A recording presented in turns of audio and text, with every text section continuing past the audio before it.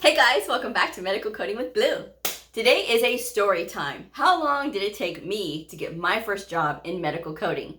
If you are brand new to my channel, welcome. I am Blue, I'm a medical coder. Okay, so I'm going to be talking about how long did it take me? What was the job seeking process like for me? And I'm going to give you guys some tips along the way too if you are in this time of you just finished school, you got your certification, and now you're out in the real world trying to look for a job. I will say this first and foremost, the rejections that you're getting right now are not personal. This is something that happens to a lot of us as medical coders. I swear, I think it's 98% of us go through this in the beginning because everybody wants experience. But how are you supposed to get experience if no one will hire you? And so that's always the most frustrating thing about the beginning part. But once you break through that part, then everything gets to be a little bit easier. So it took me 2 months from the time that I got my credential to the time I got my first job. And this was a very long 2 months. And sometimes people will say, well, 2 months is a very short time considering that I've been putting in resumes and cover letters for months and I still haven't gotten any callbacks. So there's a few things that go into that. Your location. And I'm from a pretty big city, right? And so you would think there's plenty of opportunity out there, right? Trust me. With as many places as I was applying, you would think that there was like none, right? But coming from a big city, I did put out a lot of resumes and didn't get calls or, I didn't get the call back or I got ghosted or whatever. And when you are putting out your resume can't look like everybody else's. The cover letter can't look like everybody else's. And I've done videos on my tips for brand new medical coders for their resumes. So be sure to check out my videos and see that video. Now, like I said, the size of the city and where you are, your location, that all plays a part of it. But having a really good resume is your first thing. Like you have to have that. Because if your resume looks like everybody else's, it's going to go to the bottom of the pile. When it comes to these jobs in medical coding, when coders get experience, they're able to go anywhere they want to. So for some people, if they're not happy for any reason, they can leave. Why? Because there's somebody else out there that will hire them. So a lot of times these experienced coders, they'll just leave. But if they're not wanting to leave where they are and they're happy, then there's a vacancy, right? So you have a vacancy from somebody that just left because they weren't happy. And so now they have this ad out there asking for people to have experience, but everybody who has experience already has a job. So that's when new coders come in.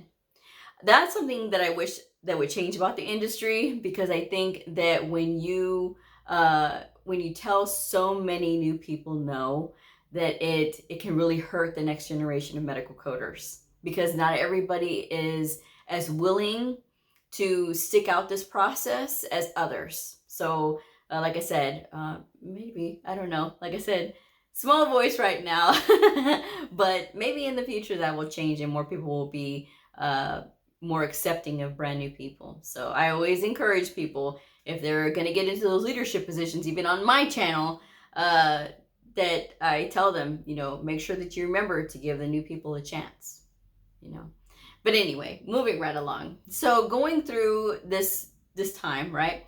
And applying at all these places and them telling me no, I was just like, this is a nightmare, because there's like literally nothing I can do other than just to wait and see. And so I started to get proactive by looking at what I was putting out, my resume and my cover letter and things like that. My mom worked with me to work on my interview skills. And so that was really good. And the thing that my mom said also is, act as if this person is your friend once you start getting these interviews. And when you act like somebody is your friend, it gets them to kind of relax too, because interviewers are aware of the people and how they feel about them right away, because they're in charge of hiring. They've got to pick a really good candidate. So if they pick somebody they like, chances are that candidate is going to be successful with their company if it's somebody that they personally like. So when you are out there, you need to be personable. You need to be as relaxed as you possibly can. Of course, everybody gets nervous, and that's understandable. But at the same time, you want to set yourself up for success, and you want to give yourself a chance as best as you can everywhere. Okay, and so that means you got to be as charming as you possibly can. You need to be where they can take you seriously, but at the same time, they're going to want to have you around. And that's a very delicate dance to walk sometimes, but it is possible. Because if this is truly what you want to get into this field, you'll look at what you're bringing to the field. You'll look at what you're going to bring to that employer, and you're going to shine it up. They don't need to know that you don't have experience, because they already know that. They know by looking at your resume. But what can you bring? What are your transferable skills? Just my little tip in there. So, like I said, during this time, I still was working at the halfway house. I was still bartending. I was still working at the concession stand and going through all this rejection, and applying for 10 to 15, sometimes 20 different positions per week. And then I started to change my approach. I started to apply for I was applying for secretary, which I didn't think at the time was a bad thing, because I just wanted to get in somehow. I was thinking, oh, okay, I can get into secretary. But now, being a veteran coder, I know, and I always recommend don't do that, because you're not going to get that experience as a coder. That's not going to apply anything towards coding. And if you go into a doctor's office and you're a really good secretary, you may end up getting stuck in that position, because they're not going to want you to leave that position. So that is something that you guys should know, especially if you're out there and you're brand new. So about the second month that I was going through this, I was starting to break, emotionally start to break, because I can't keep getting told no, right? I kept getting told no. I'm like, Mom. And so my mom was like, well, call the school and see if your principal can help you, see what he can do, if he can put you in contact with anybody.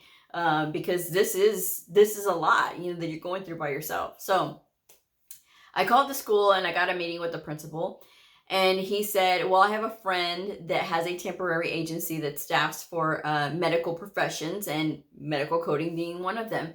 And I was like, but I don't want a temporary job. I want a real job, Who am I, right?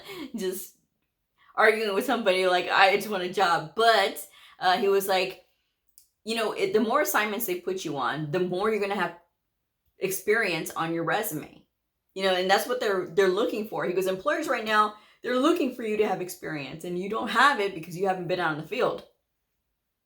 If you go to these temporary assignments, this is going to fill up your resume. So I said, okay. So I went over to the temporary agency, and, I filled out my application. I gave them my resume and I gave them my cover letter. And they said, okay, well, we're going to give you a test, and we're going to see how you do. And then we'll go from there. So I did the test, and they said, okay, well, you passed this test. What else is new, right? And they said, well, we'll call you when we hear from somebody. So I said, okay. So I'm thinking, I'm not going to hear anything. This is just some crap, come on, So about a week later, I hear back from her, and she said, well, I do have an assignment for you. But here's the thing. There's a little bit of a catch to it. She's like, it's a 3-month assignment, and it's at the cancer center. So you're going to be doing all neoplasm coding. And you only going to have this assignment for 3 months. It's going to be you and 2 other ladies. Y'all are going to be doing the backlog for their hospital. And what they're going to do is they're going to pick one of you at the end, whoever they like the best, I guess. And we'll go from there. So I said, okay, it's a start, and it's at least 90 days, 90 days worth of work that I'll be able to have on my resume that I can take with me other places. So I went there and I started working, and I was learning a lot. And we didn't have encoders. We didn't even have computers or, anything like that. We just had to use our books, which was fine because I was still fresh out of school, and working with the books was no big deal to me. So I went and I worked there the 3 months, and I did everything they asked me to do. And at the end, I didn't get picked. I didn't get picked, and it wasn't like technical abilities or anything like that. It's just, that's just the way that the ball bounced, you know? So I was just like, whatever. So I was kind of sad because I was just like, you know, what's going to happen now? Am I not going to have a job?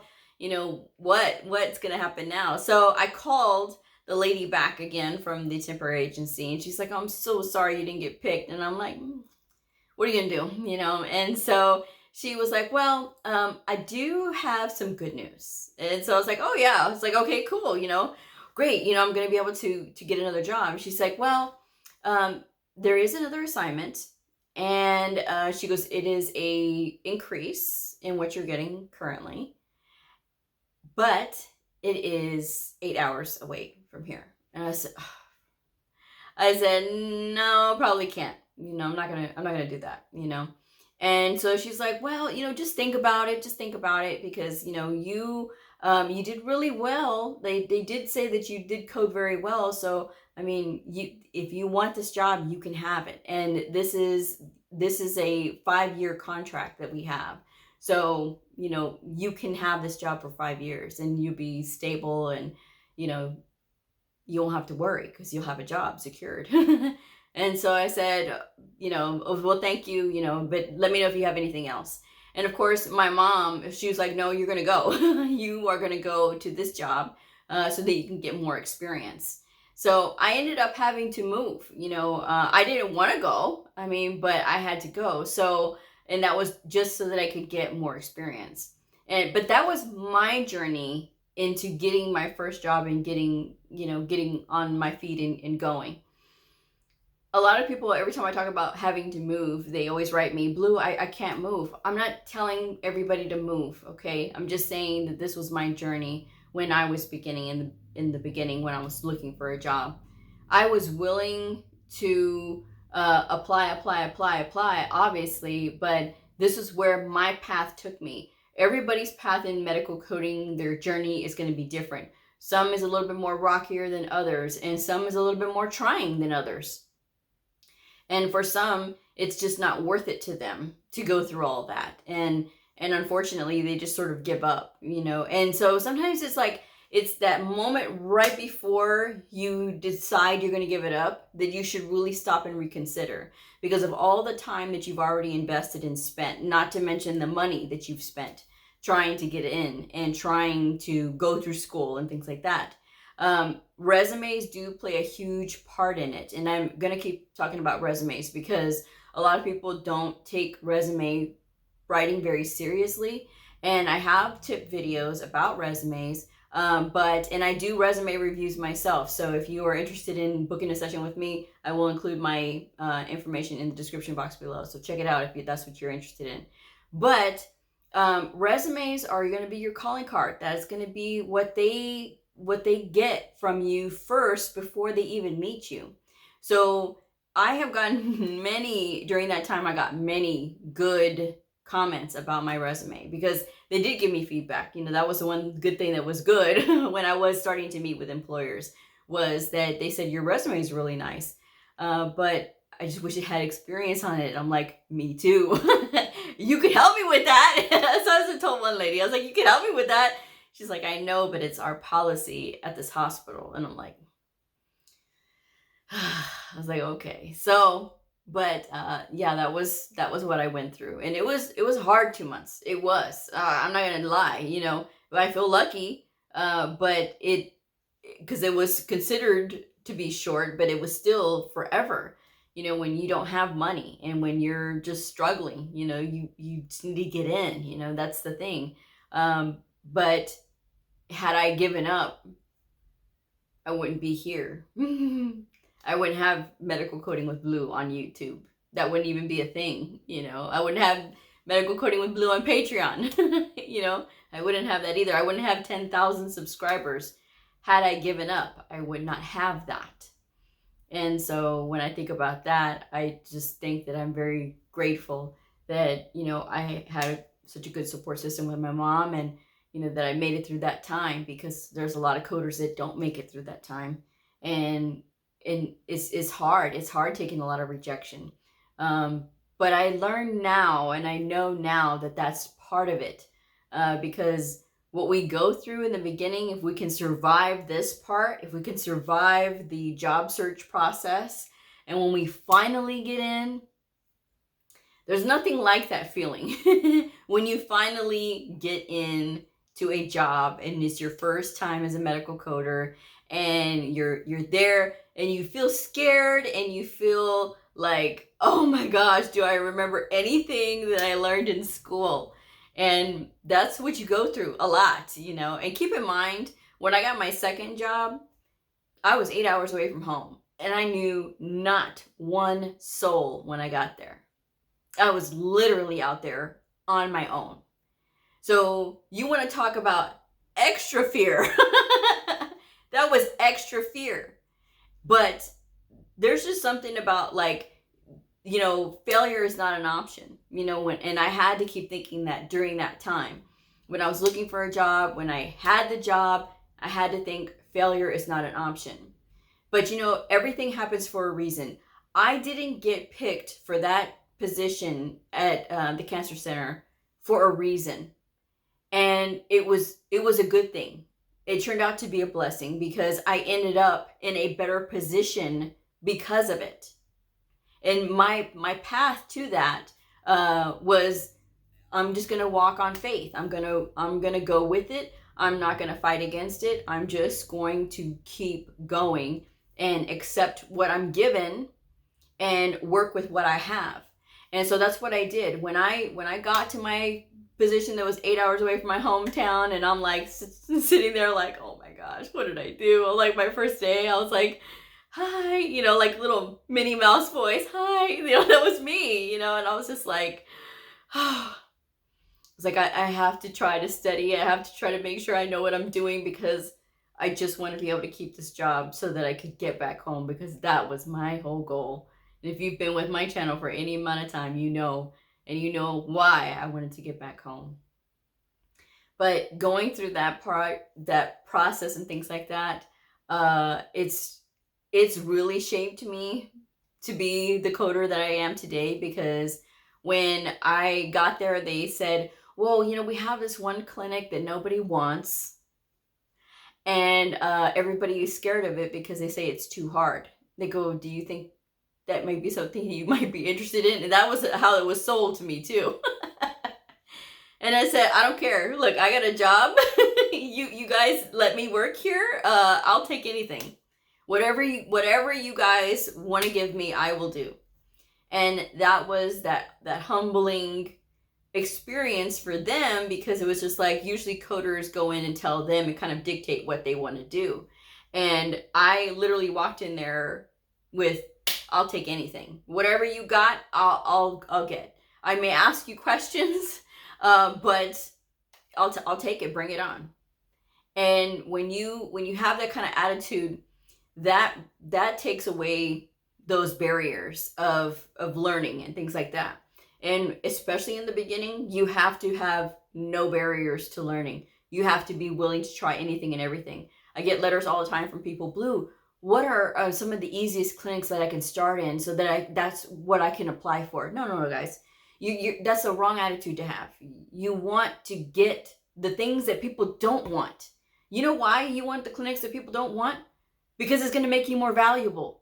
And it's going to be like, okay, that person is really good at this particular thing that nobody wants. So who are we going to get in for that person, for that clinic? The coder that wants to do it. I'm really good at injury coding. I love injury coding. Nobody wants it. It's too hard. No, it's not. You just have to know, and you have to learn. And as long as you know and learn it, you're good to go. When I got there, the second job, profi coding it was. Every single specialty under the sun for profi coding. I had psych, I had mom and baby, I had internal medicine. The list went on and on. And I said, okay, I'll do it. And they go, are you sure? Because everybody complains. I go, I'm happy I have a job. So that's how you have to look at things. And I didn't know to be scared. And anytime I have to start anything new, I know not to be scared. The thing about it is, as long as you know how to look stuff up, you're good to go. And it's going to help you in those times, especially in the beginning.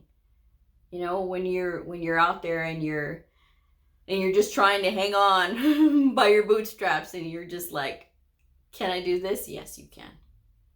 You just have to keep pushing forward, because eventually somebody will let you in. Like I eventually got let in. But you can't stop. You cannot stop. If you're in that process right now, you cannot stop. And I hear from people all the time that say, you know, I'm so tired of this. I want to quit this. Don't quit it. You just have to keep going, because eventually somebody will be like, well, you know, and you may just catch them on the right day. It doesn't matter if you catch them on the right day or they want you because of your skill. You're in. How you get there doesn't matter, as long as you get in and as long as you stick with it. Okay? Because eventually it'll happen.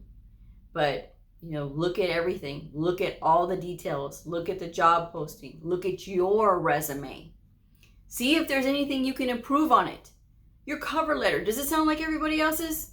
Are you saying, yes, I'm a team player? If you have, I'm a team player in your cover letter or anywhere in your resume, get it out of there. Because employers, everybody's a team player. They'll know that you're a team player by your actions. And I'm more of an actions person than I am a words person. Yes, words do have a lot of weight, but your actions is what really says a lot. And your actions is what sets you apart. Because a lot of people can be a lot of talk, but no action. So that's the thing. You got to keep that in mind. And when you are out there, just know that all your efforts, they'll have fruit to them, but you got to stick with it, whatever you do. So that's my show for today. I hope that you'll stick around, because at the 8 o'clock hour, I'm going to release another video. It's going to have a very important announcement. So I'm going to go ahead and wrap this one up. Did you hit the like button? Did you subscribe already? Oh, well, if you haven't, please do. And I will see y'all on the next episode. Bye.